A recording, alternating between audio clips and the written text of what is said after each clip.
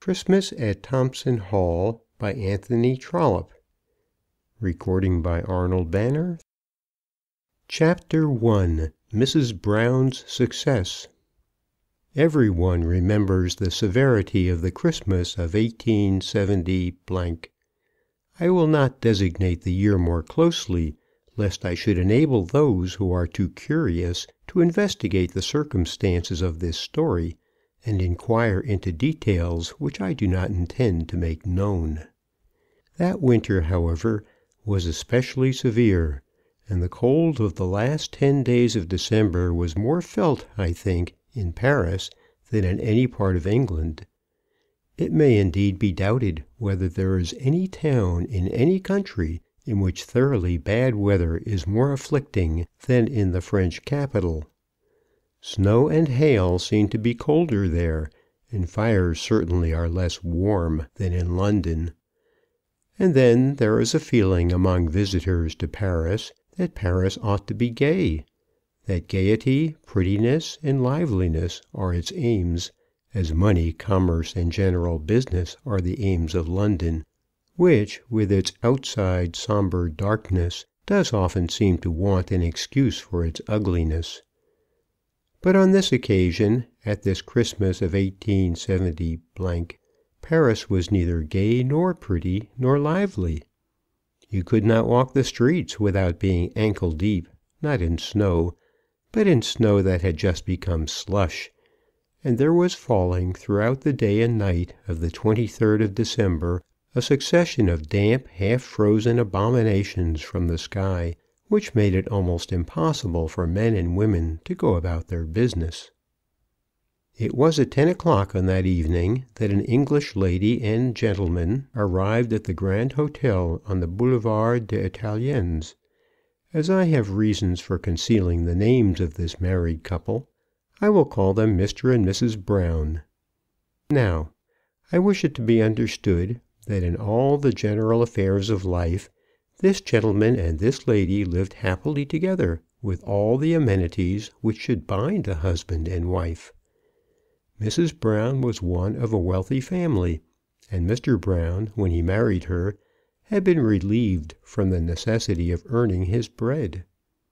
Nevertheless, she had at once yielded to him when he expressed a desire to spend the winters of their life in the south of France, and he, though he was by disposition somewhat idle, and but little prone to the energetic occupations of life, would generally allow himself, at other periods of the year, to be carried hither and thither by her, whose more robust nature delighted in the excitement of travelling. But on this occasion there had been a little difference between them.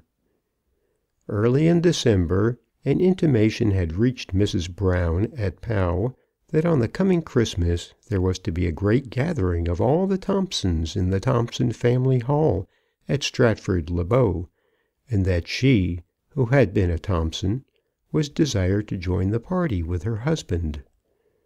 On this occasion her only sister was desirous of introducing to the family generally a most excellent young man to whom she had recently become engaged. The Thompsons, the real name, however, is in fact concealed, were a numerous and a thriving people. There were uncles and cousins and brothers who had all done well in the world, and who were all likely to do better still. One had lately been returned to Parliament for the Essex Flats, and was at the time of which I am writing a conspicuous member of the gallant Conservative majority.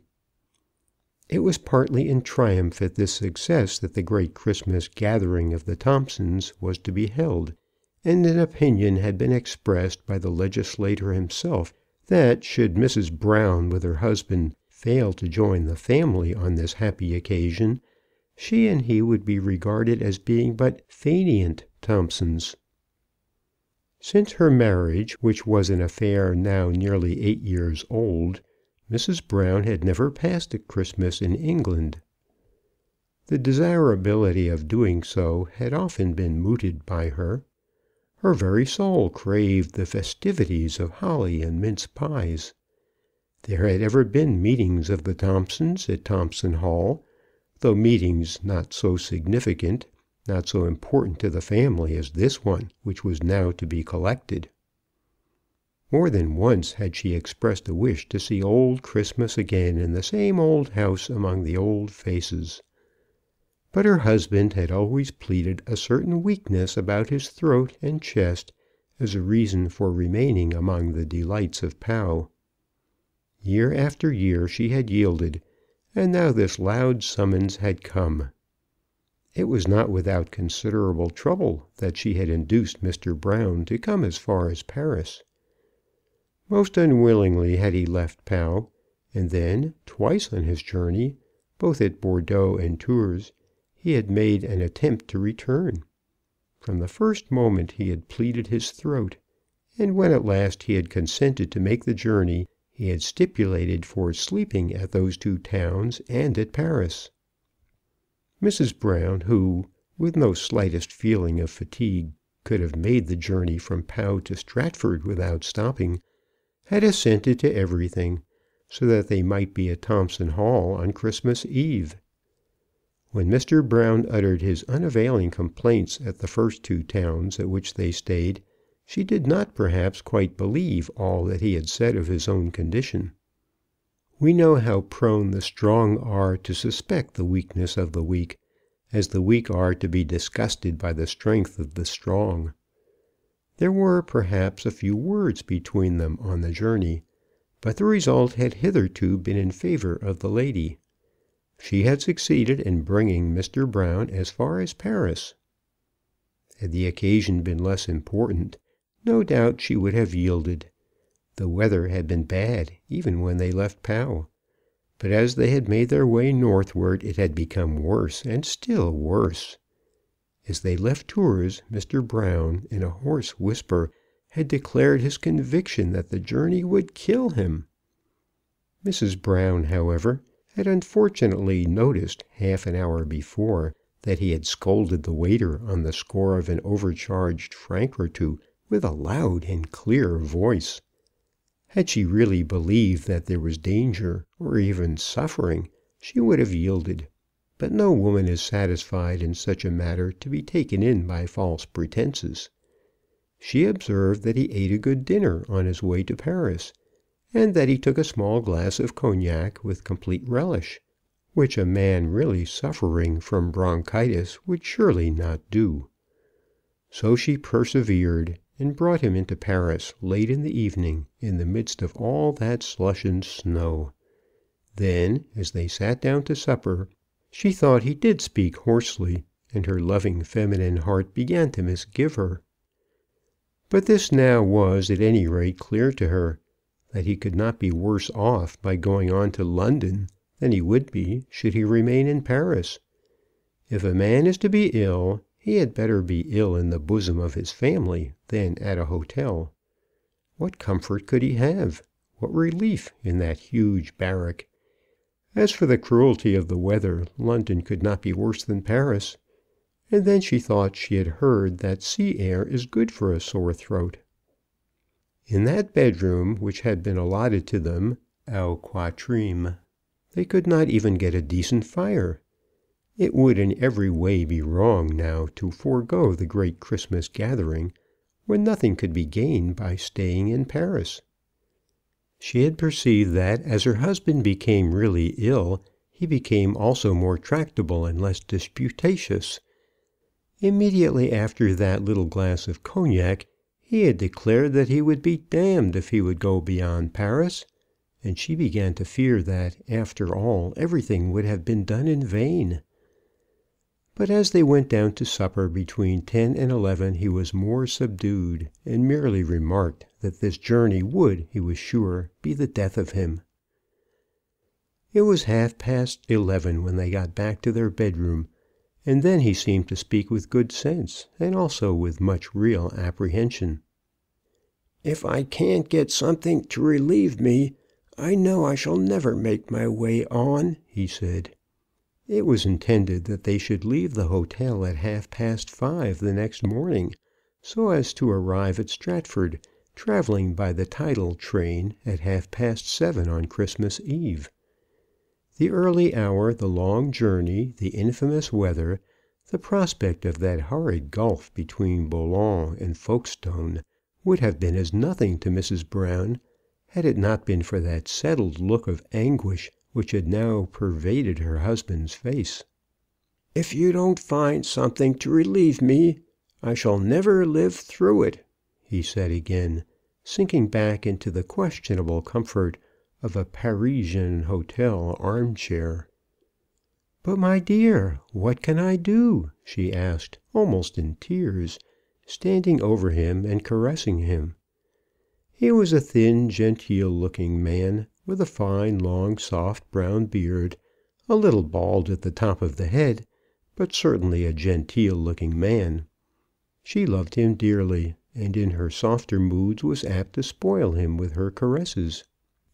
"What can I do, my dearie? You know I would do anything if I could. Get into bed, my pet, and be warm, and then to-morrow morning you will be all right." At this moment he was preparing himself for his bed, and she was assisting him. Then she tied a piece of flannel round his throat, and kissed him and put him in beneath the bedclothes. "I'll tell you what you can do," he said very hoarsely. His voice was so bad now that she could hardly hear him. So she crept close to him and bent over him. She would do anything if he would only say what. Then he told her what was his plan. Down in the salon he had seen a large jar of mustard standing on a sideboard. As he left the room he had observed that this had not been withdrawn with the other appurtenances of the meal. If she could manage to find her way down there, taking with her a handkerchief folded for the purpose, and if she could then appropriate a part of the contents of that jar, and, returning with her prize, apply it to his throat, he thought that he could get some relief, so that he might be able to leave his bed the next morning at 5. "But I am afraid it will be very disagreeable for you to go down all alone at this time of night," he croaked out in a piteous whisper. "Of course I'll go," said she. "I don't mind going in the least. Nobody will bite me." And she at once began to fold a clean handkerchief. "I won't be 2 minutes, my darling. And if there is a grain of mustard in the house, I'll have it on your chest almost immediately." She was a woman not easily cowed, and the journey down into the salon was nothing to her. Before she went she tucked the clothes carefully up to his ears, and then she started. To run along the first corridor till she came to a flight of stairs was easy enough, and easy enough to descend them. Then there was another corridor and another flight, and a third corridor and a third flight, and she began to think that she was wrong. She found herself in a part of the hotel which she had not hitherto visited, and soon discovered, by looking through an open door or two, that she had found her way among a set of private sitting rooms which she had not seen before. Then she tried to make her way back, up the same stairs and through the same passages, so that she might start again. She was beginning to think that she had lost herself altogether, and that she would be able to find neither the salon nor her bedroom, when she happily met the night porter. She was dressed in a loose white dressing gown, with a white net over her loose hair, and with white worsted slippers. I ought perhaps to have described her personal appearance sooner. She was a large woman, with a commanding bust, thought by some to be handsome, after the manner of Juno.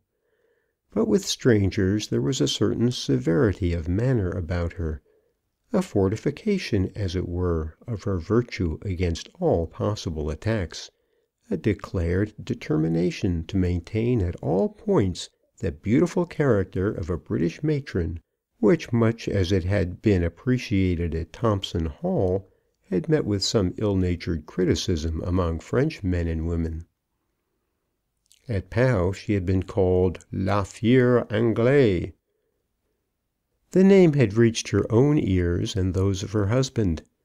He had been much annoyed, but she had taken it in good part, had indeed been somewhat proud of the title, and had endeavoured to live up to it.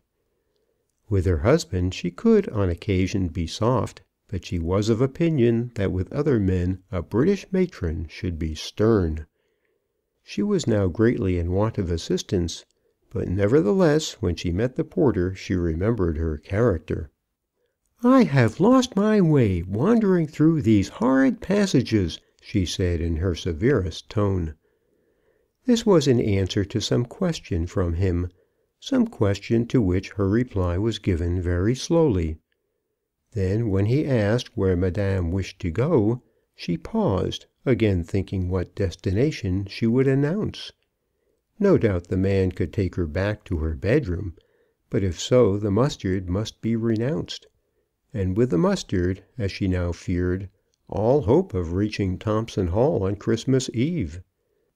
But she, though she was in many respects a brave woman, did not dare to tell the man that she was prowling about the hotel in order that she might make a midnight raid upon the mustard pot. She paused therefore for a moment that she might collect her thoughts, erecting her head as she did so in her best Juno fashion, till the porter was lost in admiration. Thus she gained time to fabricate a tale. She had, she said, dropped her handkerchief under the supper table. Would he show her the way to the salon in order that she might pick it up? But the porter did more than that, and accompanied her to the room in which she had supped. Here, of course, there was a prolonged and, it need hardly be said, a vain search. The good-natured man insisted on emptying an enormous receptacle of soiled table napkins, and on turning them over one by one in order that the lady's property might be found.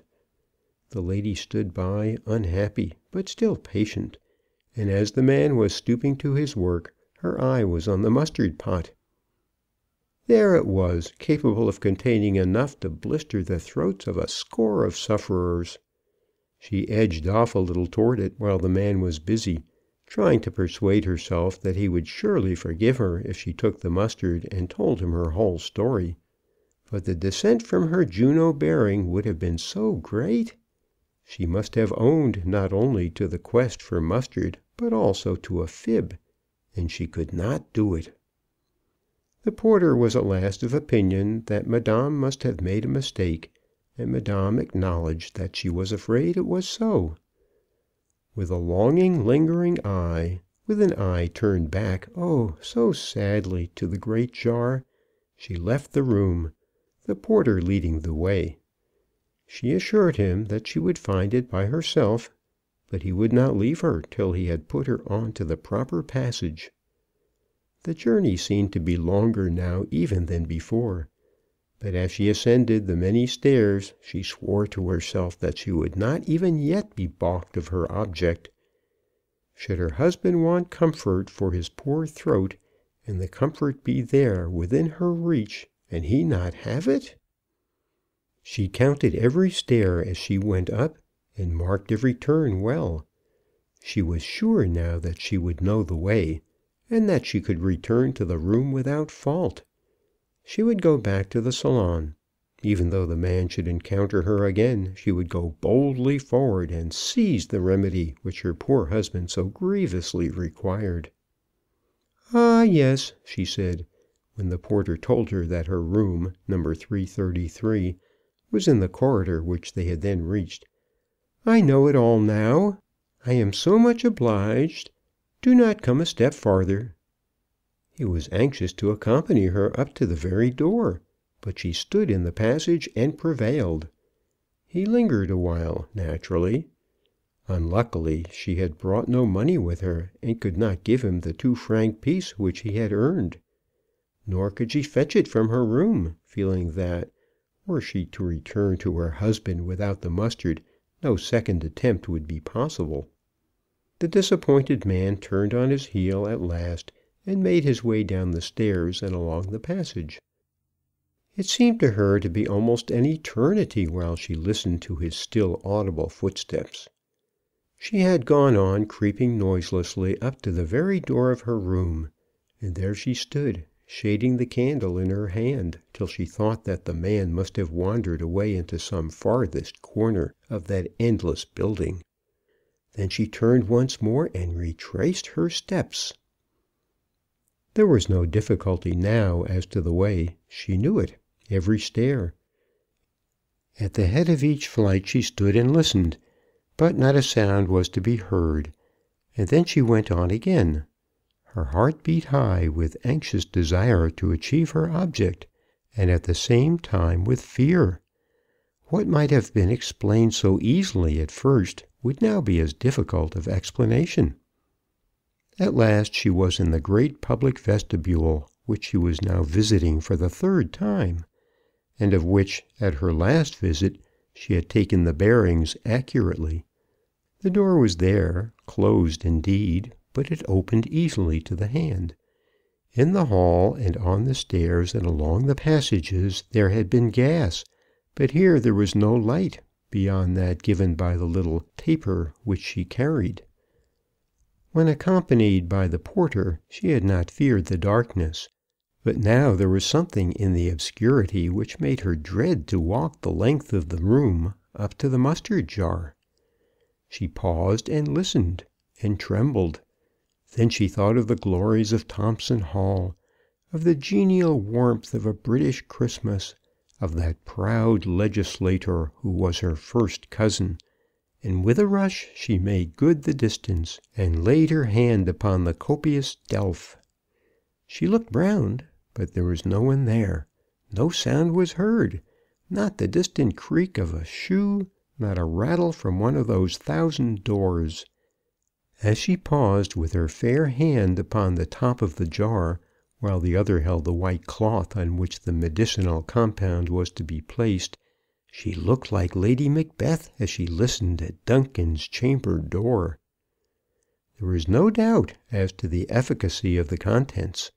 The jar was full, nearly up to the lips.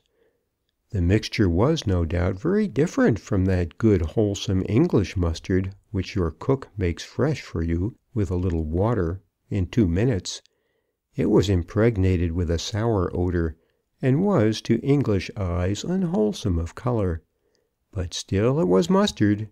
She seized the horn spoon, and without further delay spread an ample sufficiency on the folded square of the handkerchief.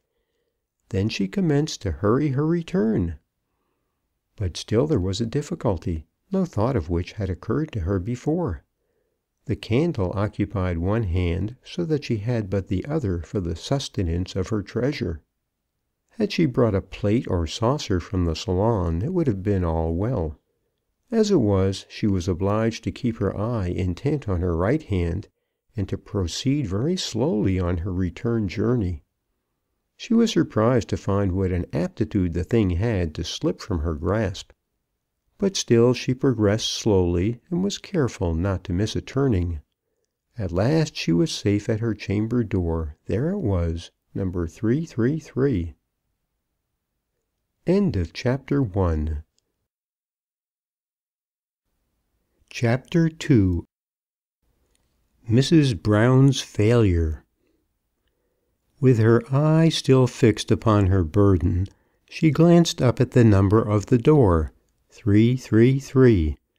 She had been determined all through not to forget that. Then she turned the latch and crept in. The chamber also was dark after the gaslight on the stairs, but that was so much the better. She herself had put out the 2 candles on the dressing table before she had left her husband. As she was closing the door behind her, she paused and could hear that he was sleeping.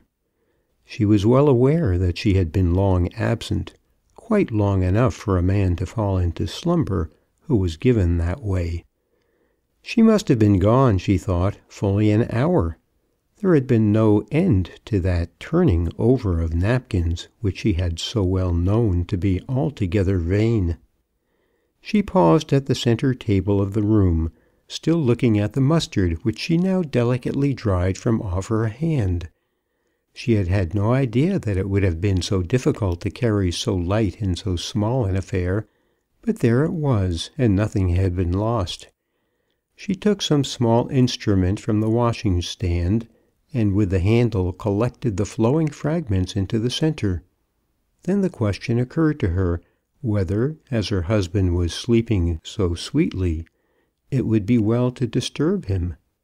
She listened again, and felt that the slight murmur of a snore with which her ears were regaled was altogether free from any real malady in the throat. Then it occurred to her that, after all, fatigue perhaps had only made him cross. She bethought herself how, during the whole journey, she had failed to believe in his illness. What meals he had eaten! How thoroughly he had been able to enjoy his full complement of cigars! And then that glass of brandy, against which she had raised her voice slightly in feminine opposition. And now he was sleeping there like an infant, with full, round, perfected, almost sonorous workings of the throat. Who does not know that sound, almost of two rusty bits of iron scratching against each other, which comes from a suffering windpipe? There was no semblance of that here. Why disturb him when he was so thoroughly enjoying that rest which, more certainly than anything else, would fit him for the fatigue of the morrow's journey? I think that, after all her labour, she would have left the pungent cataplasm on the table, and have crept gently into bed beside him, had not a thought suddenly struck her of the great injury he had been doing her if he were not really ill. To send her down there in a strange hotel, wandering among the passages in the middle of the night, subject to the contumely of any one who might meet her, on a commission which, if it were not sanctified by absolute necessity, would be so thoroughly objectionable. At this moment she hardly did believe that he had ever really been ill. Let him have the cataplasm, if not as a remedy, then as a punishment. It could at any rate do him no harm. It was with an idea of avenging rather than of justifying the past labours of the night that she proceeded at once to quick action. Leaving the candle on the table, so that she might steady her right hand with the left, she hurried stealthily to the bedside. Even though he was behaving badly to her, she would not cause him discomfort by waking him roughly. She would do a wife's duty to him as a British matron should.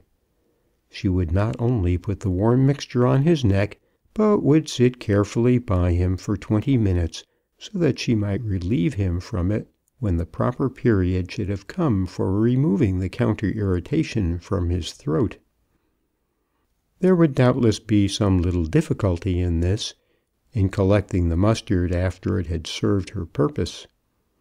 Had she been at home, surrounded by her own comforts, the application would have been made with some delicate linen bag through which the pungency of the spice would have penetrated with strength sufficient for the purpose. But the circumstance of the occasion had not admitted this. She had, she felt, done wonders in achieving so much success as this which she had obtained. If there should be anything disagreeable in the operation, he must submit to it. He had asked for mustard for his throat, and mustard he should have. As these thoughts passed quickly through her mind, leaning over him in the dark with her eye fixed on the mixture lest it should slip, she gently raised his flowing beard with her left hand, and with her other inverted, rapidly, steadily, but very softly fixed the handkerchief on his throat. From the bottom of his chin to the spot at which the collar bones meeting together form the orifice of the chest, it covered the whole noble expanse. There was barely time for a glance, but never had she been more conscious of the grand proportions of that manly throat. A sweet feeling of pity came upon her, causing her to determine to relieve his sufferings in the shorter space of 15 minutes.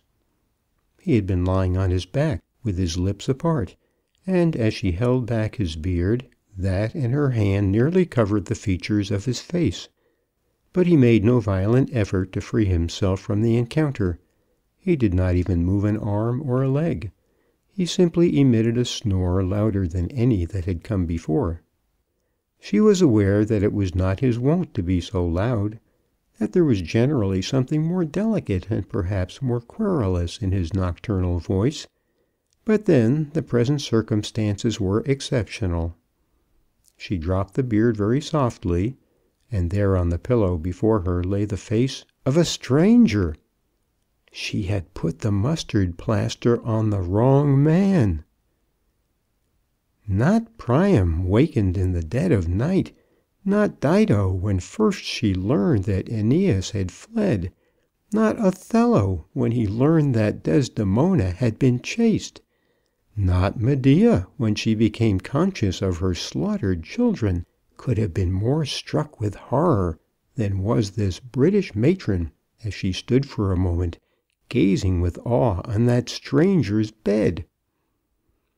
One vain, half-completed, snatching grasp she made at the handkerchief, then drew back her hand. If she were to touch him, would he not wake at once, and find her standing there in his bedroom? And then how could she explain it? By what words could she so quickly make him know the circumstances of that strange occurrence, that he should accept it all before he had said a word that might offend her? For a moment she stood all but paralyzed after that faint, ineffectual movement of her arm. Then he stirred his head uneasily on the pillow, opened wider his lips, and twice in rapid succession snored louder than before.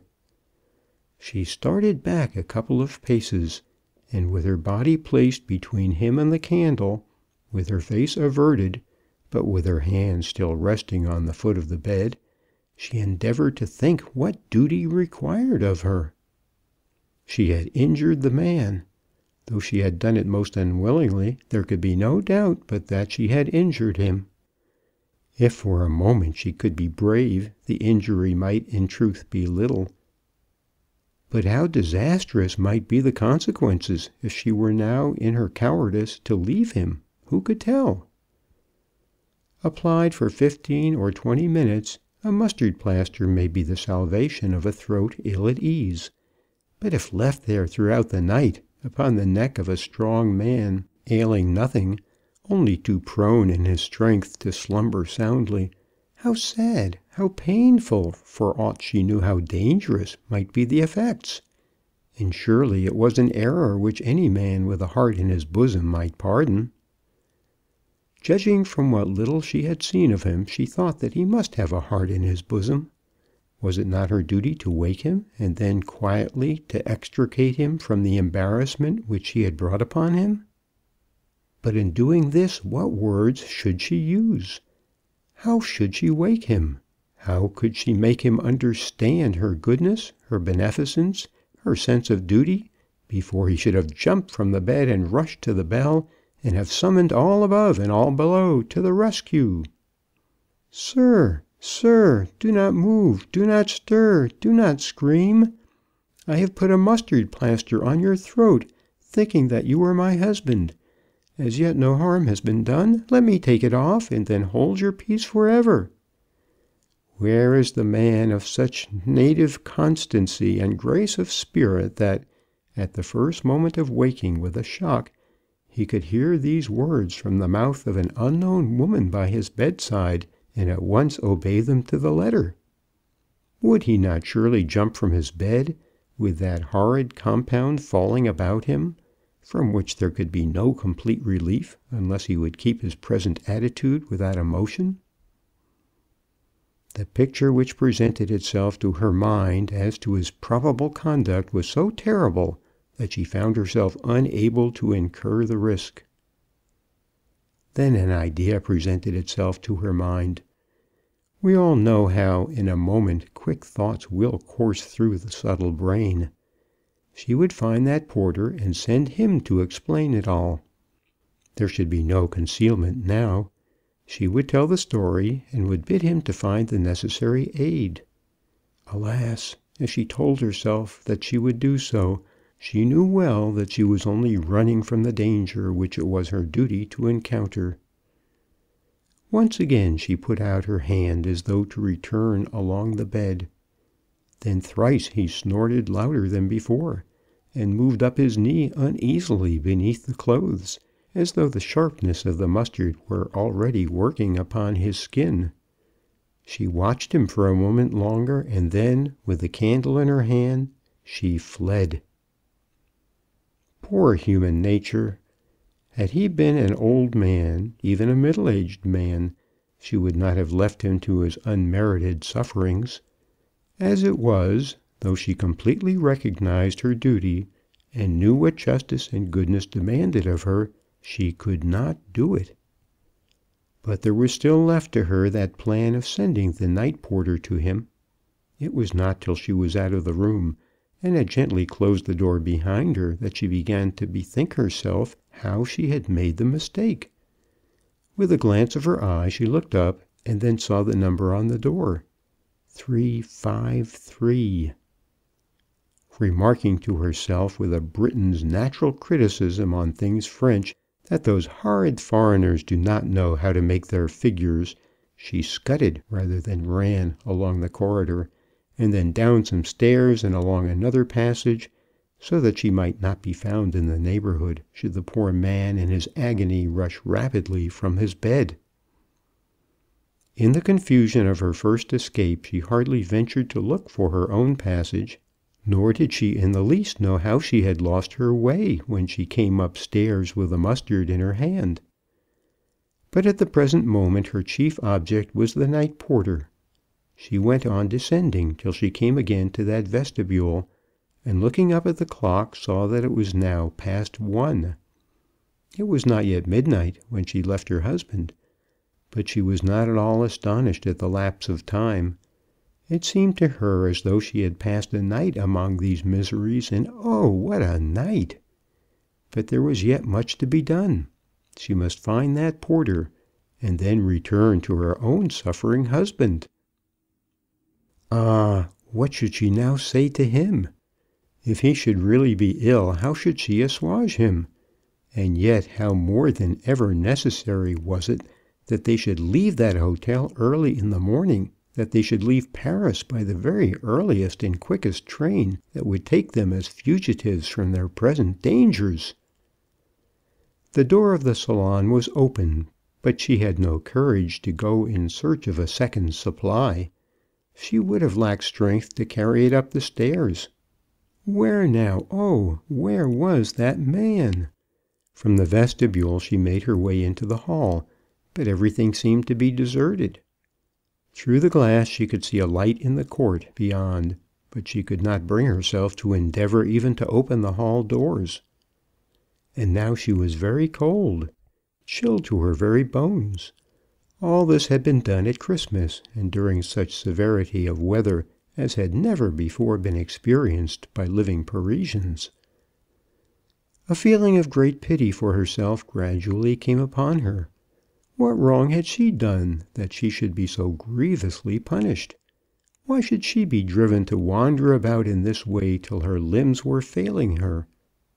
And then so absolutely important as it was that her strength should support her in the morning. The man would not die, even though he were left there without aid to rid himself of the cataplasm as best he might. Was it absolutely necessary that she should disgrace herself? But she could not even procure the means of disgracing herself, if that telling her story to the night porter would have been a disgrace. She did not find him, and at last resolved to make her way back to her own room without further quest. She began to think that she had done all that she could do. No man was ever killed by a mustard plaster on his throat. His discomfort at the worst would not be worse than hers had been, or, too probably, than that of her poor husband's.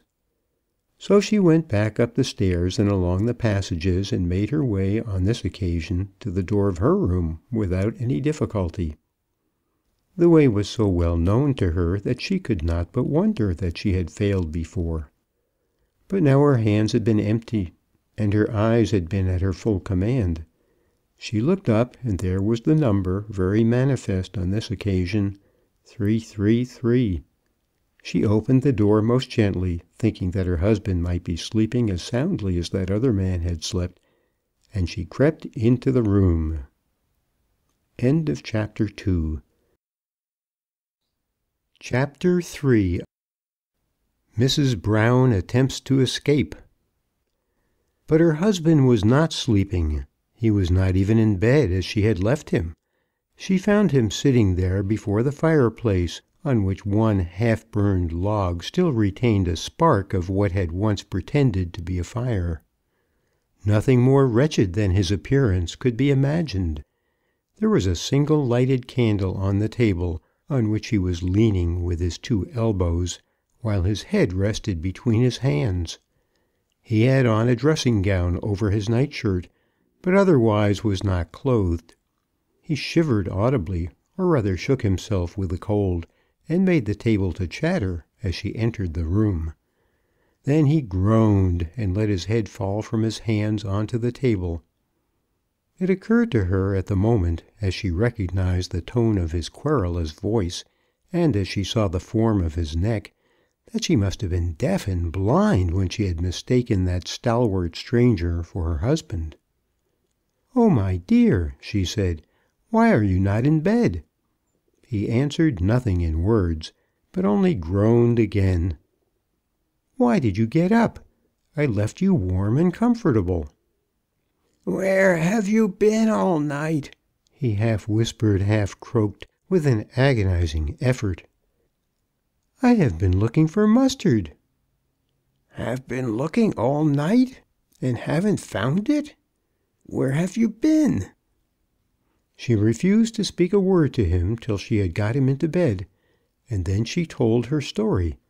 But alas, that which she told was not the true story. As she was persuading him to go back to his rest, and while she arranged the clothes again around him, she with difficulty made up her mind as to what she would do and what she would say. Living or dying, he must be made to start for Thompson Hall at 5:30 on the next morning. It was no longer a question of the amenities of Christmas, no longer a mere desire to satisfy the family ambition of her own people, no longer an anxiety to see her new brother-in-law. She was conscious that there was in that house one whom she had deeply injured, and from whose vengeance, even from whose aspect, she must fly. How could she endure to see that face which she was so well sure she would recognize, or to hear the slightest sound of that voice which would be quite familiar to her ears, though it had never spoken a word in her hearing? She must certainly fly on the wings of the earliest train which would carry her toward the old house, but in order that she might do so, she must propitiate her husband. So she told her story. She had gone forth, as he had bade her, in search of the mustard, and then had suddenly lost her way. Up and down the house she had wandered, perhaps nearly a dozen times. "Had she met no one?" he asked in that raspy, husky whisper. "Surely there must have been some one about the hotel? Nor was it possible that she could have been roaming about all those hours?" "Only 1 hour, my dear," she said. Then there was a question about the duration of time, in which both of them waxed angry, and as she became angry her husband waxed stronger, and as he became violent beneath the clothes, the comfortable idea returned to her that he was not perhaps so ill as he would seem to be. She found herself driven to tell him something about the porter, having to account for that lapse of time by explaining how she had driven the poor man to search for the handkerchief which she had never lost. "Why did you not tell him you wanted the mustard?" "My dear!" "Why not? There is nothing to be ashamed of in wanting mustard." "At 1 o'clock in the morning? I couldn't do it. To tell you the truth, he wasn't very civil, and I thought that he was perhaps a little tipsy. Now, my dear, do go to sleep." "Why didn't you get the mustard?" "There was none there. Nowhere at all about the room. I went down again and searched everywhere, but that's what took me so long. They always lock up those kind of things at these French hotels. They are too close-fisted to leave anything out. When you first spoke of it, I knew that it would be gone when I got there. Now, my dear, do go to sleep, because we positively must start in the morning." "That is impossible," said he, jumping up in the bed. "We must go, my dear. I say that we must go. After all that has passed, I would not be with Uncle John and my cousin Robert to-morrow evening for more than I would venture to say." "Bother!" he exclaimed. "It's all very well for you to say that, Charles, but you don't know. I say that we must go to-morrow, and we will." "I do believe you want to kill me, Mary." "That is very cruel, Charles, and most false, and most unjust. As for making you ill, nothing could be so bad for you as this wretched place, where nobody can get warm either day or night. If anything will cure your throat for you at once, it will be the sea air. And only think how much more comfortable they can make you at Thompson Hall than anywhere in this country. I have so set my heart upon it, Charles, that I will do it. If we are not there to-morrow night, Uncle John won't consider us as belonging to the family." "I don't believe a word of it." "Jane told me so in her letter. I wouldn't let you know before, because I thought it so unjust, but that has been the reason why I've been so earnest about it all through." It was 1,000 pities that so good a woman should have been driven by the sad stress of circumstances to tell so many fibs. One after another she was compelled to invent them, that there might be a way open to her of escaping the horrors of a prolonged sojourn in that hotel. At length, after much grumbling, he became silent, and she trusted he was sleeping. He had not as yet said that he would start at the required hour in the morning, but she was perfectly determined in her own mind that he should be made to do so. As he lay there motionless, and as she wandered about the room, pretending to pack her things, she more than once almost resolved that she would tell him everything. Surely then he would be ready to make any effort. But there came upon her an idea that he might perhaps fail to see all the circumstances, and that, so failing, he would insist on remaining, that he might tender some apology to the injured gentleman. An apology might have been very well, had she not left him there in his misery. But what apology would be possible now? She would have to see him and speak to him, and every one in the hotel would know every detail of the story. Every one in France would know that it was she who had gone to the strange man's bedside and put the mustard plaster on the strange man's throat in the dead of night. She could not tell the story even to her husband, lest even her husband should betray her. Her own sufferings at the present moment were not light. In her perturbation of mind she had foolishly resolved that she would not herself go to bed. The tragedy of the night had seemed to her too deep for personal comfort. And then how would it be if she were to sleep and have no one to call her? It was imperative that she should have all her powers ready for thoroughly arousing him. It occurred to her that the servant of the hotel would certainly run her too short of time. She had to work for herself and for him too, and therefore she would not sleep. But she was very cold, and she put on first a shawl over her dressing gown, and then a cloak. She could not consume all the remaining hours of the night in packing one bag and one portmanteau, so that at last she sat down on the narrow red cotton velvet sofa, and looking at her watch perceived that as yet it was not much past 2 o'clock. How was she to get through those other 3 long, tedious, chilly hours? Then there came a voice from the bed. "Ain't you coming?" "I hoped you were asleep, my dear." "I haven't been asleep at all. You'd better come, if you don't mean to make yourself as ill as I am." "You are not so very bad, are you, darling?" "I don't know what you call bad. I never felt my throat so choked in my life before." Still, as she listened, she thought that she remembered his throat to have been more choked. If the husband of her bosom could play with her feelings and deceive her on such an occasion as this, then she thought she would rather not have any husband of her bosom at all. But she did creep into bed and lay down beside him without saying another word. Of course she slept, but her sleep was not the sleep of the blessed.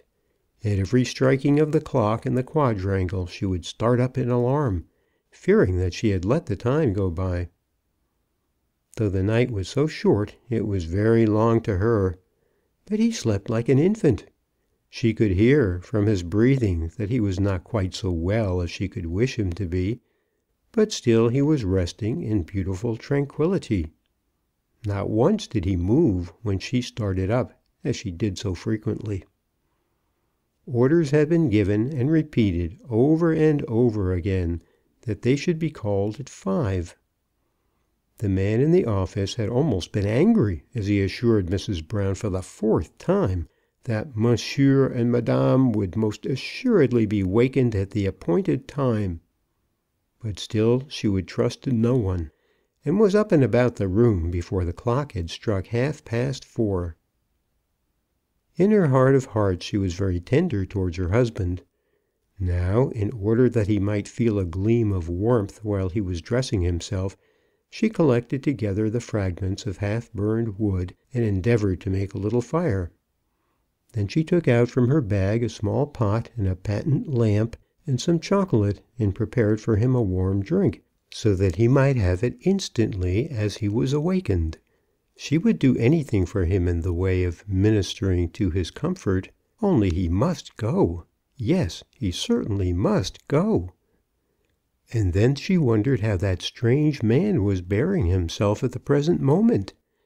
She would fain have ministered to him, too, had it been possible. But, it was so impossible. Probably before this he would have been aroused from his troubled slumbers. But then how aroused?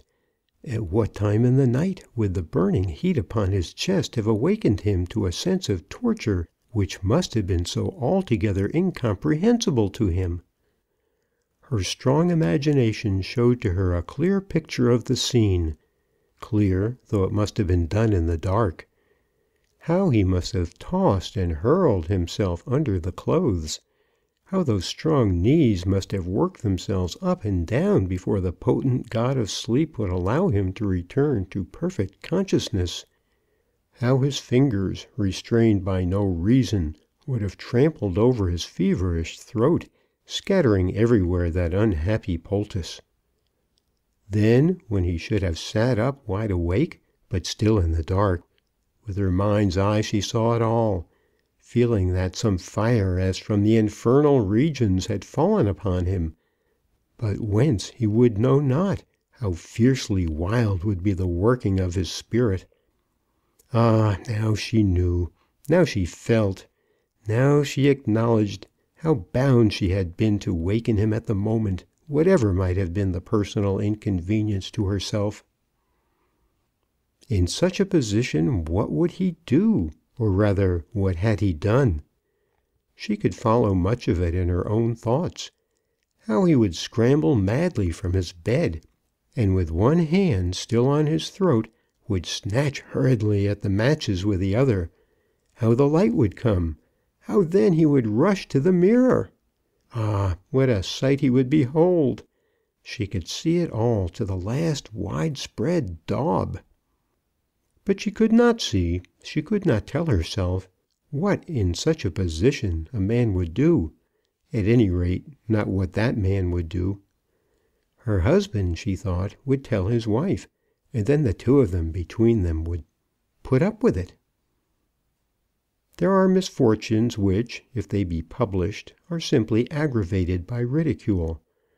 But she remembered the features of the stranger as she had seen them at that instant in which he had dropped his beard, and she thought that there was a ferocity in them, a certain tenacity of self-importance which would not permit their owner to endure such a treatment in silence. Would he not storm and rage, and ring the bell, and call all Paris to witness his revenge? But the storming and the raging had not reached her yet, and now it wanted but 5:15. In 3/4 of an hour they would be in that demi-omnibus which they had ordered for themselves, and in half an hour after that they would be flying toward Thompson Hall. Then she allowed herself to think of those coming comforts, of those comforts so sweet. If only they would come! That very day now present to her was the 24th December, and on that very evening she would be sitting in Christmas joy among all her uncles and cousins, holding her new brother-in-law affectionately by the hand. Oh, what a change from pandemonium to paradise! From that wretched room, from that miserable house in which there was such ample cause for fear, to all the domestic Christmas bliss of the home of the Thompsons. She resolved that she would not, at any rate, be deterred by any light opposition on the part of her husband. "It wants just 5:15," she said, putting her hand steadily upon his shoulder, "and I'll get a cup of chocolate for you, so that you may get up comfortably." "I've been thinking about it," he said, rubbing his eyes with the back of his hands. "It will be so much better to go over by the mail train to night. We should be in time for Christmas just the same." "That will not do at all," she answered energetically. "Come, Charles, after all the trouble, do not disappoint me." "It is such a horrid grind." "Think what I have gone through, what I have done for you. In 12 hours we shall be there among them all. You won't be so little like a man as not to go on now." He threw himself back upon the bed and tried to readjust the clothes around his neck. "No, Charles, no," she continued. "Not if I know it. Take your chocolate and get up. There is not a moment to be lost."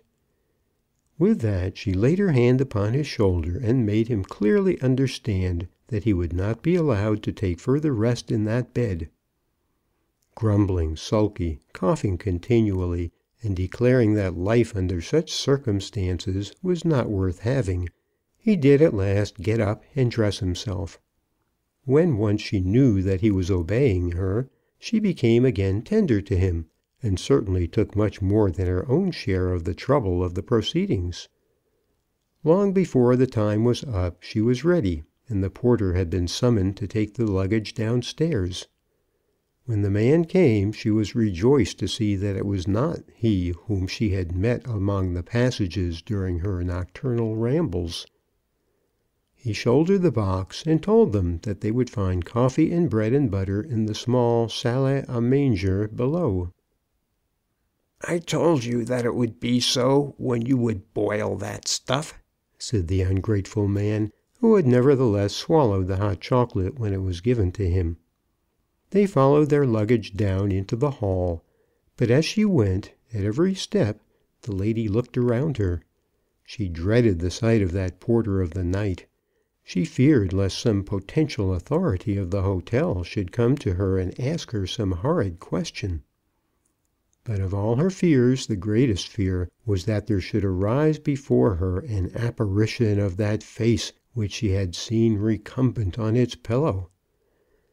As they passed the door of the great salon, Mr. Brown looked in. "Why, there it is still," said he. "What?" said she, trembling in every limb. "The mustard pot." "They have put it there since," she exclaimed energetically in her despair. "But never mind. The omnibus is here. Come away." And she absolutely took him by the arm. But at that moment a door behind them opened, and Mrs. Brown heard herself called by her name, and there was the night porter with a handkerchief in his hand. But the further doings of that morning must be told in a further chapter. End of chapter 3. Chapter 4. Mrs. Brown Does Escape. It had been visible to Mrs. Brown from the first moment of her arrival on the ground floor that something was the matter, if we may be allowed to use such a phrase. And she felt all but convinced that this something had reference to her. She fancied that the people of the hotel were looking at her as she swallowed, or tried to swallow, her coffee. When her husband was paying the bill, there was something disagreeable in the eye of the man who was taking the money. Her sufferings were very great, and no one sympathized with her. Her husband was quite at his ease, except that he was complaining of the cold. When she was anxious to get him out into the carriage, he still stood there, leisurely arranging shawl after shawl around his throat. "You can do that quite as well in the omnibus," she had just said to him very crossly, when there appeared upon the scene, through a side door, the very night porter whom she dreaded, with a soiled pocket-handkerchief in his hand. Even before the sound of her own name met her ears, Mrs. Brown knew it all. She understood the full horror of her position from that man's hostile face, and from the little article which he held in his hand. If during the watches of the night she had had money in her pocket, if she had made a friend of this greedy fellow by well-timed liberality, all might have been so different. But she reflected that she had allowed him to go unfeed after all his trouble, and she knew that he was her enemy. It was the handkerchief that she feared. She thought that she might have brazened out anything but that. No one had seen her enter or leave that strange man's room. No one had seen her dip her hands in that jar. She had, no doubt, been found wandering about the house while the slumberer had been made to suffer so strangely, and there might have been suspicion, and perhaps accusation. But she would have been ready with frequent protestations to deny all charges made against her, and though no one might have believed her, no one could have convicted her. Here, however, was evidence against which she would be unable to stand for a moment. At the first glance she acknowledged the potency of that damning morsel of linen. During all the horrors of the night she had never given a thought to the handkerchief, and yet she ought to have known that the evidence it would bring against her was palpable and certain. Her name, M. Brown, was plainly written on the corner. What a fool she had been not to have thought of this! Had she but remembered the plain marking which she, as a careful and well-conducted British matron, had put upon all her clothes, she would at any hazard have recovered the article. Oh, that she had waked the man, or bribed the porter, or even told her husband! But now she was, as it were, friendless, without support, without a word that she could say in her own defence, convicted of having committed this assault upon a strange man as he slept in his own bedroom, and then of having left him. The thing must be explained by the truth. But how to explain such truth? How to tell such a story in a way to satisfy injured folk, and she with only barely time sufficient to catch the train? Then it occurred to her that they could have no legal right to stop her because the pocket-handkerchief had been found in a strange gentleman's bedroom. "Yes, it is mine," she said, turning to her husband as the porter, with a loud voice, asked if she were not Madame Brown. "Take it, Charles, and come on." Mr. Brown naturally stood still in astonishment. He did put out his hand, but the porter would not allow the evidence to pass so readily out of his custody. "What does it all mean?" asked Mr. Brown. "A gentleman has been something has been done to a gentleman in his bedroom," said the clerk. "Something done to a gentleman?" repeated Mr. Brown. "Something very bad indeed," said the porter. "Look here," and he showed the condition of the handkerchief. "Charles, we shall lose the train," said the affrighted wife. "What the mischief does it all mean?" demanded the husband. Did Madame go into the gentleman's room?" asked the clerk. Then there was an awful silence, and all eyes were fixed upon the lady. "What does it all mean?" demanded the husband. "Did you go into anybody's room?" "I did," said Mrs. Brown, with much dignity, looking round upon her enemies as a stag at bay will look upon the hounds which are attacking him. "Give me the handkerchief." But the night porter quickly put it behind his back. "Charles, we cannot allow ourselves to be delayed. You shall write a letter to the keeper of the hotel explaining it all." Then she essayed to swim out through the front door into the courtyard in which the vehicle was waiting for them. But 3 or 4 men and women interposed themselves, and even her husband did not seem quite ready to continue his journey. "To night is Christmas Eve," said Mrs. Brown, "and we shall not be at Thompson Hall. Think of my sister."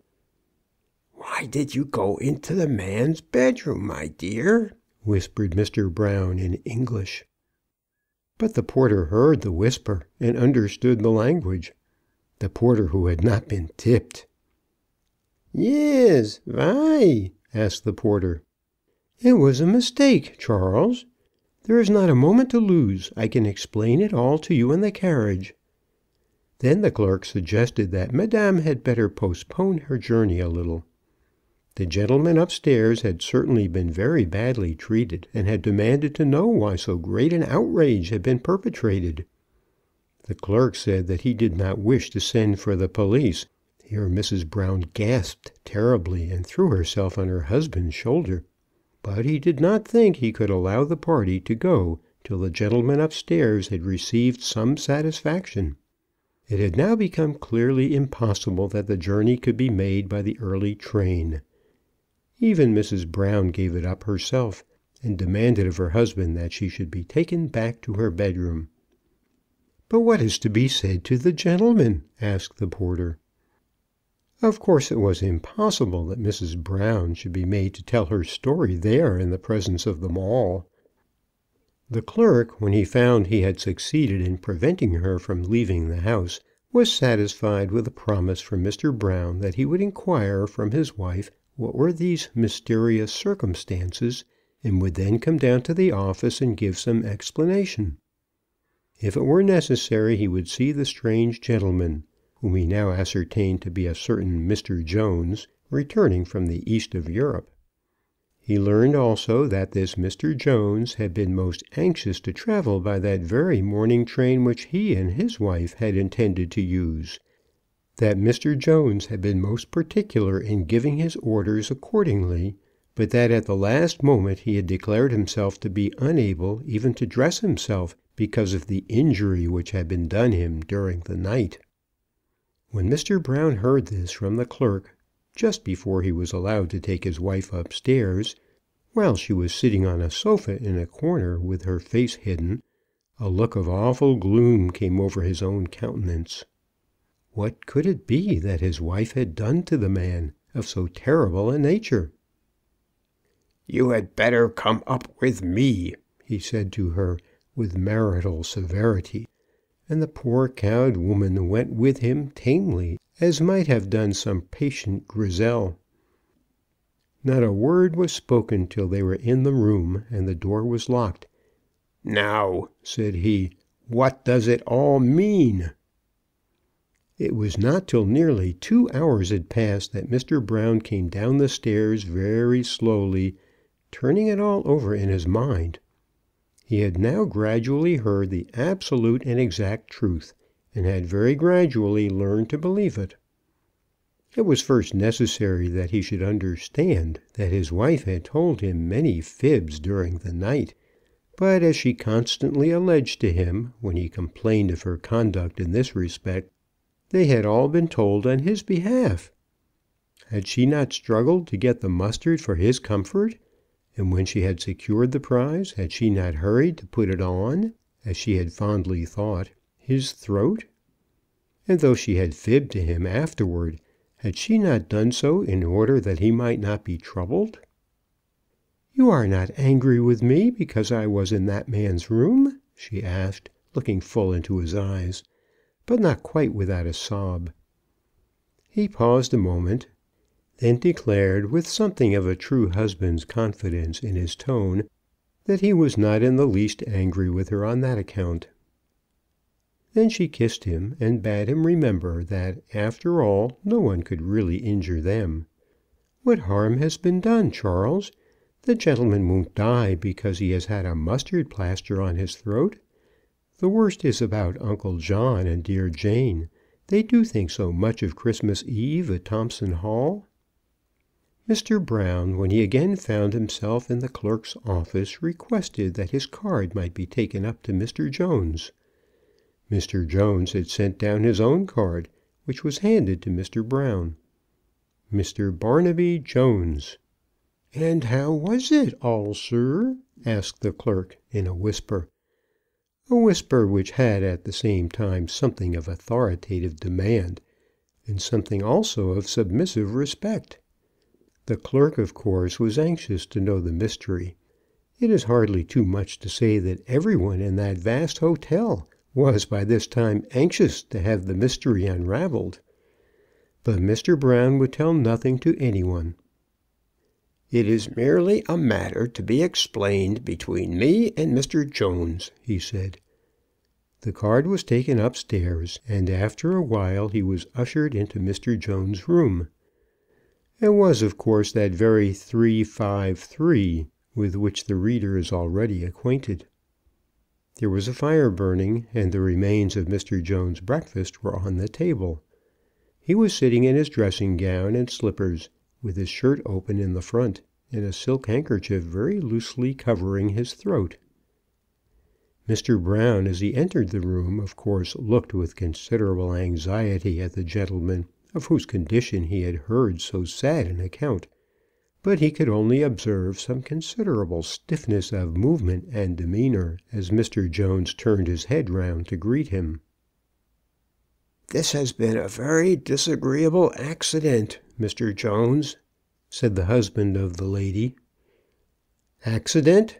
I don't know how it could have been an accident. It has been a most monstrous, I must say, interference with a gentleman's privacy and personal comfort." "Quite so, Mr. Jones, but on the part of the lady, who is my wife—" "So I understand. I myself am about to become a married man, and I can understand what your feelings must be. I wish to say as little as possible to harrow them." Here Mr. Brown bowed. "But there's the fact. She did do it." "She thought it was me." "What?" "I give you my word as a gentleman, Mr. Jones. When she was putting that mess upon you, she thought it was me. She did indeed." Mr. Jones looked at his new acquaintance and shook his head. He did not think it possible that any woman would make such a mistake as that. "I had a very bad sore throat," continued Mr. Brown, "and indeed you may perceive it still." In saying this, he perhaps aggravated a little the sign of his distemper.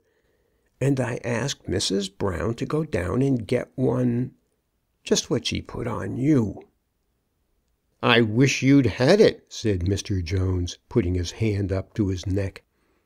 "I wish I had, for your sake as well as mine, and for hers, poor woman. I don't know when she will get over the shock." "I don't know when I shall, and it has stopped me on my journey. I was to have been to night, this very night, this Christmas Eve, with the young lady I am engaged to marry. Of course I couldn't travel. The extent of the injury done, nobody can imagine at present." "It has been just as bad to me, sir. We were to have been with our family this Christmas Eve. There were particular reasons, most particular. We were only hindered from going by hearing of your condition." "Why did she come into my room at all? I can't understand that. A lady always knows her own room at a hotel." 353, that's yours. 333, that's ours. Don't you see how easy it was? She had lost her way, and she was a little afraid lest the thing should fall down." "I wish it had with all my heart." "That's how it was.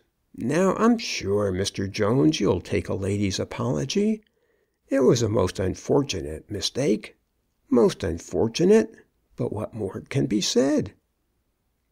Mr. Jones gave himself up to reflection for a few moments before he replied to this. He supposed that he was bound to believe the story as far as it went. At any rate, he did not know how he could say that he did not believe it. It seemed to him to be almost incredible, especially incredible in regard to that personal mistake, for except that they both had long beards and brown beards, Mr. Jones thought that there was no point of resemblance between himself and Mr. Brown. But still, even that, he felt, must be accepted. But then why had he been left, deserted, to undergo all those torments? "She found out her mistake at last, I suppose?" he said. "Oh, yes." "Why didn't she wake a fellow and take it off again?" "Ah." "She can't have cared very much for a man's comfort when she went away and left him like that." "Ah, there was the difficulty, Mr. Jones." "Difficulty? Who was it that had done it? To come to me in my bedroom in the middle of the night and put that thing on me, and then leave it there and say nothing about it? It seems to me deuced like a practical joke." "No, Mr. Jones." "That's the way I look at it," said Mr. Jones, plucking up his courage. "There isn't a woman in all England or in all France less likely to do such a thing than my wife. She's as steady as a rock, Mr. Jones, and would no more go into another gentleman's bedroom and joke than Oh dear, no. You're going to be a married man yourself." "Unless all this makes a difference," said Mr. Jones, almost in tears. "I had sworn that I would be with her this Christmas Eve." "Oh, Mr. Jones, I cannot believe that will interfere with your happiness. How could you think that your wife, as is to be, would do such a thing as that in joke?" "She wouldn't do it at all, joke or any way." "How can you tell what accident might happen to any one?" "She'd have wakened the man then afterward. I'm sure she would. She would never have left him to suffer in that way. Her heart is too soft. Why didn't she send you to wake me and explain it all? That's what my Jane would have done, and I should have gone and wakened him. But the whole thing is impossible," he said, shaking his head, as he remembered that he and his Jane were not in a condition as yet to undergo any such mutual trouble. At last Mr. Jones was brought to acknowledge that nothing more could be done. The lady had sent her apology and told her story, and he must bear the trouble and inconvenience to which she had subjected him. He still, however, had his own opinion about her conduct generally, and could not be brought to give any sign of amity. He simply bowed when Mr. Brown was hoping to induce him to shake hands, and sent no word of pardon to the great offender. The matter, however, was so far concluded that there was no further question of police interference, nor any doubt but that the lady with her husband was to be allowed to leave Paris by the night train. The nature of the accident probably became known to all. Mr. Brown was interrogated by many, and though he professed to declare that he would answer no question, nevertheless he found it better to tell the clerk something of the truth than to allow the matter to be shrouded in mystery. It is to be feared that Mr. Jones, who did not once show himself through the day, but who employed the hours in endeavouring to assuage the injury done him, still lived in the conviction that the lady had played a practical joke on him. But the subject of such a joke never talks about it, and Mr. Jones could not be induced to speak even by the friendly adherents of the night porter. Mrs. Brown also clung to the seclusion of her own bedroom, never once stirring from it till the time came in which she was to be taken down to the omnibus. Upstairs she ate her meals, and upstairs she passed her time in packing and unpacking, and in requesting that telegrams might be sent repeatedly to Thompson Hall. In the course of the day 2 such telegrams were sent, in the latter of which the Thompson family were assured that the Browns would arrive probably in time for breakfast on Christmas Day, certainly in time for church. She asked more than once tenderly after Mr. Jones's welfare, but could obtain no information. "He was very cross, and that's all I know about it," said Mr. Brown. Then she made a remark as to the gentleman's Christian name, which appeared on the card as Barnaby. "My sister's husband's name will be Burnaby," she said. "And this man's Christian name is Barnaby. That's all the difference," said her husband, with ill-timed jocularity. We all know how people under a cloud are apt to fail in asserting their personal dignity. On the former day a separate vehicle had been ordered by Mr. Brown to take himself and his wife to the station. But now, after his misfortunes, he contented himself with such provision as the people at the hotel might make for him. At the appointed hour he brought his wife down, thickly veiled. There were many strangers as she passed through the hall, ready to look at the lady who had done that wonderful thing in the dead of night, but none could see a feature of her face as she stepped across the hall and was hurried into the omnibus. And there were many eyes also on Mr. Jones, who followed her very quickly, for he also, in spite of his sufferings, was leaving Paris on the evening in order that he might be with his English friends on Christmas Day. He, as he went through the crowd, assumed an air of great dignity, to which perhaps something was added by his endeavours, as he walked, to save his poor throat from irritation. He too got into the same omnibus, stumbling over the feet of his enemy in the dark. At the station they got their tickets, one close after the other, and then were brought into each other's presence in the waiting room. I think it must be acknowledged that here Mr. Jones was conscious not only of her presence, but of her consciousness of his presence, and that he assumed an attitude as though he should have said, "Now do you think it possible for me to believe that you mistook me for your husband?" She was perfectly quiet, but sat through that quarter of an hour with her face continually veiled. Mr. Brown made some little overture of conversation to Mr. Jones, but Mr. Jones, though he did mutter some reply, showed plainly enough that he had no desire for further intercourse. Then came the accustomed stampede, the awful rush, the internecine struggle in which seats had to be found. Seats, I fancy, are regularly found, even by the most tardy. But it always appears that every British father and every British husband is actuated at these stormy moments by a conviction that unless he proves himself a very Hercules, he and his daughters and his wife will be left desolate in Paris. Mr. Brown was quite Herculean, carrying 2 bags and a hat box in his own hands, besides the cloaks, the coats, the rugs, the sticks, and the umbrellas. But when he had got himself and his wife well seated, with their faces to the engine, with a corner seat for her, there was Mr. Jones immediately opposite to her.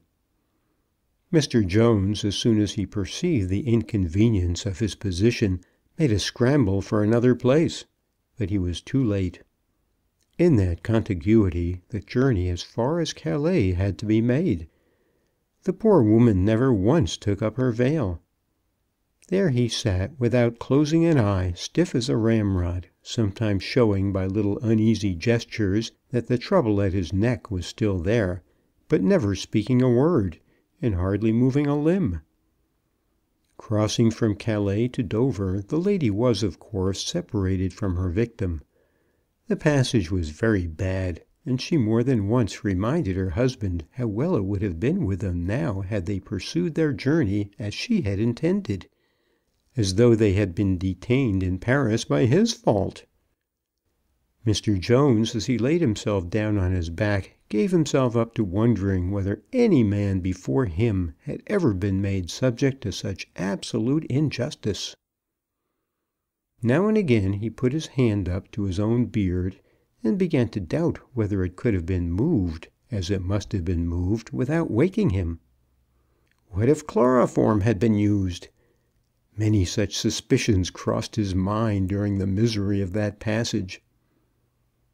They were again together in the same railway carriage from Dover to London. They had now got used to the close neighbourhood, and knew how to endure each other's presence of the other. But as yet Mr. Jones had never seen the lady's face. He longed to know what were the features of the woman who had been so blind, if indeed that story were true, or if it were not true, of what like was the woman who would dare in the middle of the night to play such a trick as that. But still she kept her veil close over her face. From Cannon Street the Browns took their departure in a cab for the Liverpool Street Station, whence they would be conveyed by the Eastern Counties Railway to Stratford. Now at any rate their troubles were over. They would be in ample time not only for Christmas Day church, but for Christmas Day breakfast. "It will be just the same as getting in there last night," said Mr. Brown, as he walked across the platform to place his wife in the carriage for Stratford. She entered it the first, and as she did so, there she saw Mr. Jones seated in the corner. Hitherto she had borne his presence well, but now she could not restrain herself from a little start and a little scream. He bowed his head very slightly, as though acknowledging the compliment, and then down she dropped her veil. When they arrived at Stratford, the journey being over in a quarter of an hour, Jones was out of the carriage even before the Browns. "There's Uncle John's carriage," said Mrs. Brown, thinking that now at any rate she would be able to free herself from the presence of this terrible stranger. No doubt he was a handsome man to look at, but on no face so sternly hostile had she ever before fixed her eyes. She did not perhaps reflect that the owner of no other face had ever been so deeply injured by herself. End of chapter 4. Chapter 5. Mrs. Brown at Thompson Hall. "Please, sir, we were to ask for Mr. Jones," said the servant, putting his head into the carriage after both Mr. and Mrs. Brown had seated themselves. "Mr. Jones?" exclaimed the husband. "Why ask for Mr. Jones?" demanded the wife. The servant was about to tender some explanation, when Mr. Jones stepped up and said that he was Mr. Jones. "We are going to Thompson Hall," said the lady with great vigour. "So am I," said Mr. Jones with much dignity. It was, however, arranged that he should sit with the coachman, as there was a rumble behind for the other servant. The luggage was put into a cart, and away all went for Thompson Hall. "What do you think about it, Mary?" whispered Mr. Brown after a pause. He was evidently awestruck by the horror of the occasion. "I cannot make it out at all. What do you think?" "I don't know what to think. Jones going to Thompson Hall?" "He's a very good-looking young man," said Mrs. Brown. "Well, that's as people think. A stiff, stuck-up fellow, I should say. Up to this moment he has never forgiven you for what you did to him." "Would you have forgiven his wife, Charles, if she'd done it to you?" "He hasn't got a wife yet." "How do you know?" "He is coming home now to be married," said Mr. Brown. "He expects to meet the young lady this very Christmas Day. He told me so. That was one of the reasons why he was so angry at being stopped by what you did last night." "I suppose he knows Uncle John, or he wouldn't be going to the Hall," said Mrs. Brown. "I can't make it out," said Mr. Brown, shaking his head. "He looks quite like a gentleman," said Mrs. Brown, though he has been so stiff. Jones. Barnaby Jones. You're sure it was Barnaby?" "That was the name on the card." "Not Burnaby?" asked Mrs. Brown. "It was Barnaby Jones on the card, just the same as Barnaby Rudge. And as for looking like a gentleman, I'm by no means quite so sure. A gentleman takes an apology when it's offered." "Perhaps, my dear, that depends on the condition of his throat. If you had had a mustard plaster on all night, you might not have liked it. But here we are at Thompson Hall at last." Thompson Hall was an old brick mansion standing within a huge iron gate with a gravel sweep before it. It had stood there before Stratford was a town or even a suburb, and had then been known by the name of Bow Place. But it had been in the hands of the present family for the last 30 years, and was now known far and wide as Thompson Hall, a comfortable, roomy, old-fashioned place, perhaps a little dark and dull to look at, but much more substantially built than most of our modern villas. Mrs. Brown jumped with alacrity from the carriage, and with a quick step entered the home of her forefathers. Her husband followed her more leisurely, but he too felt that he was at home at Thompson Hall. Then Mr. Jones walked in also, but he looked as though he were not at all at home. It was still very early, and no one of the family was as yet down. In these circumstances it was almost necessary that something should be said to Mr. Jones. "Do you know Mr. Thompson?" asked Mr. Brown. "I never had the pleasure of seeing him as yet," answered Mr. Jones, very stiffly. "Oh, I didn't know, because you said you were coming here." "And I have come here. Are you friends of Mr. Thompson?"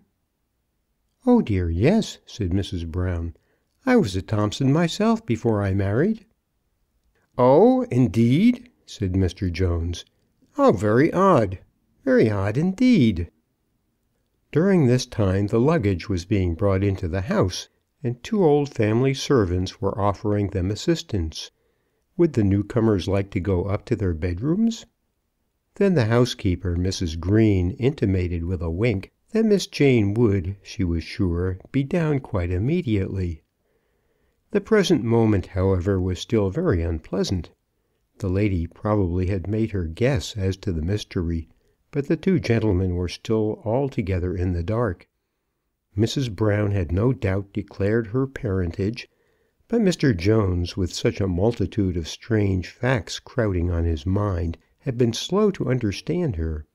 Being somewhat suspicious by nature, he was beginning to think whether possibly the mustard had been put by this lady on his throat with some reference to his connection with Thompson Hall.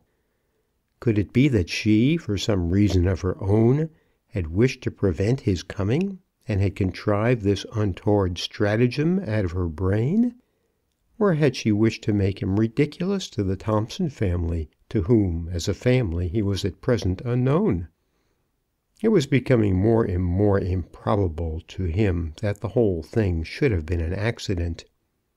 When, after the first horrid torments of that morning in which he had in his agony invoked the assistance of the night porter, he had begun to reflect on his situation, he determined that it would be better that nothing further should be said about it. What would life be worth to him if he were to be known wherever he went as the man who had been mustard plastered in the middle of the night by a strange lady? The worst of a practical joke is that the remembrance of the absurd condition sticks so long to the sufferer. At the hotel, that night porter, who had possessed himself of the handkerchief, and had read the name, and had connected that name with the occupant of 333, whom he had found wandering about the house with some strange purpose, had not permitted the thing to sleep. The porter had pressed the matter home against the Browns, and had produced the interview which has been recorded. But during the whole of that day Mr. Jones had been resolving that he would never again either think of the Browns or speak of them. A great injury had been done to him, a most outrageous injustice, but it was a thing which had to be endured. A horrid woman had come across him like a nightmare. All he could do was to endeavour to forget the terrible visitation. Such had been his resolve, in making which he had passed that long day in Paris. And now the Browns had stuck to him from the moment of his leaving his room. He had been forced to travel with them, but had travelled with them as a stranger. He had tried to comfort himself with the reflection that at every fresh stage he would shake them off. In one railway after another the vicinity had been bad, but still they were strangers. Now he found himself in the same house with them, where of course the story would be told. Had not the thing been done on purpose that the story might be told there at Thompson Hall? Mrs. Brown had acceded to the proposition of the housekeeper, and was about to be taken to her room, when there was heard a sound of footsteps along the passage above and on the stairs, and a young lady came bounding on to the scene. "You have all of you come a quarter of an hour earlier than we thought possible," said the young lady. "I did so mean to be up to receive you." With that she passed her sister on the stairs, for the young lady was Miss Jane Thompson, sister to our Mrs. Brown, and hurried down into the hall. Here Mr. Brown, who had ever been on affectionate terms with his sister-in-law, put himself forward to receive her embraces. But she, apparently not noticing him in her ardour, rushed on, and threw herself on to the breast of the other gentleman. "This is my Charles," she said. "Oh, Charles, I thought you never would be here." Mr. Charles Burnaby Jones, for such was his name since he had inherited the Jones property in Pembrokeshire, received into his arms the ardent girl of his heart with all that love and devotion to which she was entitled, but could not do so without some external shrinking from her embrace. "Oh, Charles, what is it?" she said. "Nothing, dearest, only. Then he looked piteously up into Mrs. Brown's face, as though imploring her not to tell the story. "Perhaps, Jane, you had better introduce us," said Mrs. Brown. "Introduce you? I thought you had been travelling together and staying at the same hotel and all that." "So we have, but people may be in the same hotel without knowing each other. And we have travelled all the way home with Mr. Jones without in the least knowing who he was." "How very odd! Do you mean you have never spoken?" "Not a word," said Mrs. Brown. "I do so hope you'll love each other," said Jane. "It shan't be my fault if we don't," said Mrs. Brown. "I'm sure it shan't be mine," said Mr. Brown, tendering his hand to the other gentleman. The various feelings of the moment were too much for Mr. Jones, and he could not respond quite as he should have done. But as he was taken upstairs to his room, he determined that he would make the best of it. The owner of the house was old Uncle John. He was a bachelor, and with him lived various members of the family. There was the great Thompson of them all, cousin Robert, who was now member of the Parliament for the Essex Flats, and young John, as a certain enterprising Thompson at the age of 40 was usually called. And then there was old Aunt Bess, and among other young branches there was Miss Jane Thompson, who was now engaged to marry Mr. Charles Burnaby Jones. As it happened, no other member of the family had as yet seen Mr. Burnaby Jones, and he, being by nature of a retiring disposition, felt himself to be ill at ease when he came into the breakfast parlour among all the Thompsons. He was known to be a gentleman of good family and ample means, and all the Thompsons had approved of the match. But during that first Christmas breakfast he did not seem to accept his condition jovially. His own Jane sat beside him, but then on the other side sat Mrs. Brown. She assumed an immediate intimacy, as women know how to do on such occasions, being determined from the very first to regard her sister's husband as a brother. But he still feared her. She was still to him the woman who had come to him in the dead of night with that horrid mixture, and had then left him. "It was so odd that both of you should have been detained on the very same day," said Jane. "Yes, it was odd," said Mrs. Brown, with a smile, looking round upon her neighbour. "It was abominably bad weather, you know," said Brown. "But you were both so determined to come," said the old gentleman. "When we got the 2 telegrams at the same moment, we were sure there had been some agreement between you." "Not exactly an agreement," said Mrs. Brown, whereupon Mr. Jones looked as grim as death. "I'm sure there is something more than we understand yet," said the member of Parliament. Then they all went to church as a united family ought to do on Christmas Day, and came home to a fine old English early dinner at 3 o'clock, a sirloin of beef 1.5 feet broad, a turkey as big as an ostrich, a plum pudding bigger than the turkey, and 2 or 3 dozen mince pies. "That's a very large bit of beef," said Mr. Jones, who had not lived much in England latterly. "It won't look so large," said the old gentleman, "when all our friends downstairs have had their say to it. A plum pudding on Christmas Day can't be too big," he said again. "If the cook will but take time enough over it, I never knew a bit to go to waste yet." By this time there had been some explanation as to past events between the 2 sisters. Mrs. Brown had, indeed, told Jane all about it, how ill her husband had been, how she had been forced to go down and look for the mustard, and then what she had done with the mustard. "I don't think they are a bit alike, you know, Mary, if you mean that," said Jane. "Well, no; perhaps not quite alike. I only saw his beard, you know. No doubt it was stupid, but I did it." "Why didn't you take it off again?" asked the sister. "Oh, Jane, if you'd only think of it! Could you?" Then, of course, all that occurred was explained, how they had been stopped on their journey, how Brown had made the best apology in his power, and how Jones had travelled with them and had never spoken a word. The gentleman had only taken his new name a week since, but of course had had his new card printed immediately. "I'm sure I should have thought of it if they hadn't made a mistake of the first name. Charles said it was like Barnaby Rudge." "Not at all like Barnaby Rudge," said Jane. "Charles Burnaby Jones is a very good name." "Very good indeed, and I'm sure that after a little bit he won't be at all the worse for the accident."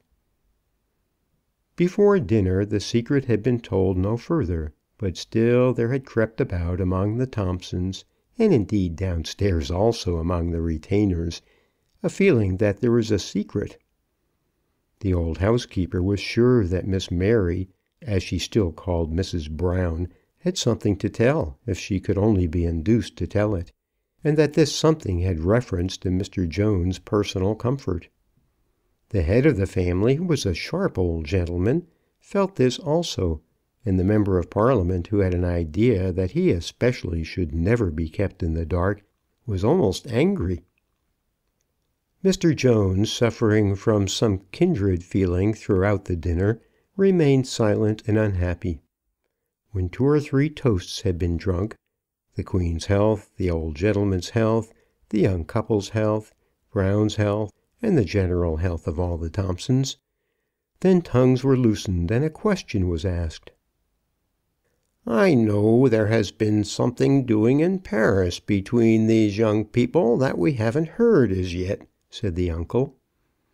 Then Mrs. Brown laughed, and Jane, laughing too, gave Mr. Jones to understand that she, at any rate, knew all about it. "If there is a mystery, I hope it will be told at once," said the member of Parliament angrily. "Come, Brown, what is it?" asked another male cousin. "Well, there was an accident. I'd rather Jones should tell," said he. Jones's brow became blacker than thunder, but he did not say a word. "You mustn't be angry with Mary," Jane whispered into her lover's ear. "Come, Mary, you never were slow at talking," said the uncle. "I do hate this kind of thing," said the member of Parliament. "I will tell it all," said Mrs. Brown, very nearly in tears, or else pretending to be very nearly in tears. "I know I was very wrong, and I do beg his pardon. And if he won't say that he forgives me, I never shall be happy again." Then she clasped her hands, and turning round, looked him piteously in the face. "Oh yes, I do forgive you," said Mr. Jones. "My brother," said she, throwing her arms round him and kissing him. He recoiled from the embrace, but I think that he attempted to return the kiss. "And now I will tell the whole story," said Mrs. Brown. And she told it, acknowledging her fault with true contrition, and swearing that she would atone for it by lifelong sisterly devotion. "And you mustard plastered the wrong man," said the old gentleman, almost rolling off his chair with delight. "I did," said Mrs. Brown, sobbing, "and I think that no woman ever suffered as I suffered." "And Jones wouldn't let you leave the hotel?" "It was the handkerchief stopped us," said Brown. "If it had turned out to be anybody else," said the member of Parliament, "the results might have been most serious, not to say discreditable." "That's nonsense, Robert," said Mrs. Brown, who was disposed to resent the use of so severe a word even from the legislator cousin. "In a strange gentleman's bedroom," he continued, "it only shows what I have always said is quite true. You should never go to bed in a strange house without locking your door." Nevertheless, it was a very jovial meeting, and before the evening was over Mr. Jones was happy, and had been brought to acknowledge that the mustard plaster would probably not do him any permanent injury. End of Chapter 5. End of Christmas at Thompson Hall,